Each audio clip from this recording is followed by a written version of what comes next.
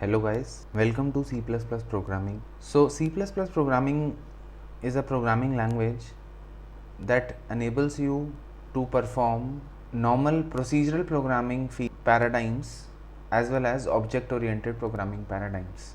So सबसे पहले हम ये समझ लेते हैं कि ये procedural versus object oriented programming paradigm होता क्या है. सो प्रोसीजरल पैराडाइम पुराना पैराडाइम है जो हाई लेवल लैंग्वेजेस के लिए यूज़ होता था, लाइक सी. एग्जाम्पल है इसका C pro. After that object oriented paradigm आया और ये पैराडाइम जो है ये भी हाई लेवल लैंग्वेजेस के लिए है. एग्जाम्पल सी प्लस प्लस या जावा. अब ये दोनों हाई लेवल हैं बट इन दोनों में कुछ फंडामेंटल डिफरेंसेस हैं.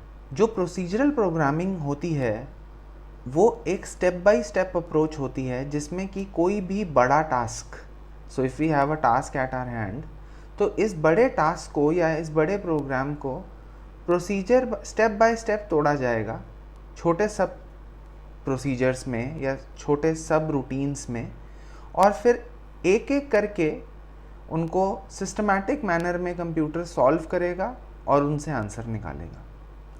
ऑन दी अदर हैंड जो हमारा ऑब्जेक्ट ओरिएंटेड प्रोग्रामिंग पैराडाइम होता है, it revolves around only one thing, that is object. अब ये ऑब्जेक्ट को समझने के लिए हम एक रियल वर्ल्ड एग्जांपल समझते हैं. सपोज कोई भी कंपनी एक्स कार बनाती है तो उसे खरीदता कौन है? कस्टमर. कोई कंपनी वाई मोबाइल फ़ोन बनाती है तो उसे कौन खरीदता है? Customer. So who is this customer? It's the object. तो जो कस्टमर्स हैं वो ऑब्जेक्ट्स होते हैं. सो आप कोई भी सॉफ्टवेयर इंडस्ट्री में प्रोजेक्ट ले लो, कोई सॉफ्टवेयर एप्लीकेशन ले लो, वो सभी कौन यूज़ कर रहे हैं? कस्टमर्स, जो उस पर्टिकुलर प्रोडक्ट को यूज़ करेंगे. So it is always about the customers और अबाउट द ऑब्जेक्ट. तो सारी की सारी चीज़ें ऑब्जेक्ट के ऊपर डिपेंड करती हैं. कभी भी हमें कोई काम कराना है तो वो ऑब्जेक्ट से होगा, और ये हमारे रियल वर्ल्ड एप्लीकेशंस में काफ़ी ज़्यादा रेप्लिकेबल है.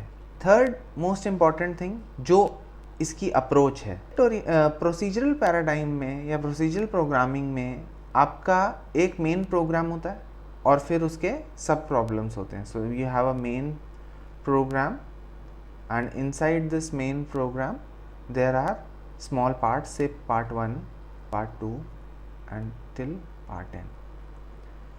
Here in OOPS, or you can say object oriented paradigms, the program is divided into small chunks, जिसके बारे में मैंने आपको बताया, जिसे हम क्या बोलते हैं? ऑब्जेक्ट्स. और ऑब्जेक्ट्स को डिफाइन करने के लिए कहा जाता है they are the instance of class. So what is class? Class is basically the blueprint around which these objects will revolve and perform their functionality. Next हमारे पास आता है access modifiers. Procedural programming में हमारे पास कोई modifiers नहीं होते हैं, no modifiers. On the other hand, object oriented programming में we have 3 of them: the public modifier, access modifier, private access modifier and protected access modifier. Now the functioning and everything will be discussed in detail later, but इसमें नहीं होते, इसमें 3 होते हैं. Security. जब हम security की बात करते हैं सो ये प्रोसीजरल प्रोग्रामिंग जो है ये लेस सिक्योर है, और सिक्योरिटी इन कंप्यूटेशन टर्म्स में बोला जाए तो हमारा जो कोड जनरेट होगा उसको रिवर्स इंजीनियरिंग करके उसकी कॉपी बनाई जा सकती है, एक लेमैन टर्म्स में समझने की बात करें. On the other hand, because यहाँ पे लेवल ऑफ एब्स्ट्रैक्शन होता है, you have level of abstraction here. So object oriented programming में एब्स्ट्रैक्शन की वजह से हमारा जो डेटा है वो हिडन हो जाता है आउटसाइड वर्ल्ड को. सो उसे रीजनरेट करना इज़ नॉट दैट ईजी. हम ये सारे ऊप फंडामेंटल्स को डिटेल में फोर्थकमिंग वीडियोज़ में डिस्कस करेंगे. When it comes to complexity, so procedural programming because इसके अंदर एक मेन प्रोग्राम है, वो सब रूटीन्स में डिवाइडेड है. हमें अगर कुछ भी चेंज करना है तो हमें पूरे प्रोग्राम के हर पार्ट में चेंज करना पड़ता है, and which is not easy. So when we say the complexity, it is very complex. On the other hand, जो ऑब्जेक्ट ओरिएंटेड प्रोग्रामिंग होती है, बिकॉज ऑब्जेक्ट ओरिएंटेड प्रोग्रामिंग का एक फंडामेंटल प्रिंसिपल है modularity. Modularity means creating modules.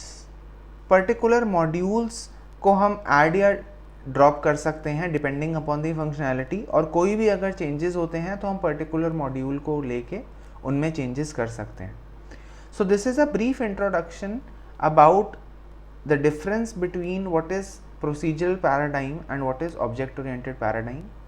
And इसके बाद हम start करेंगे how object oriented principle works in object oriented programming. So there are few generic object oriented principles that we have to discuss, and how C++ is capable to implement them to give us object oriented programming paradigm. If you like the video, please subscribe to the channel and hit the like button. Thank you.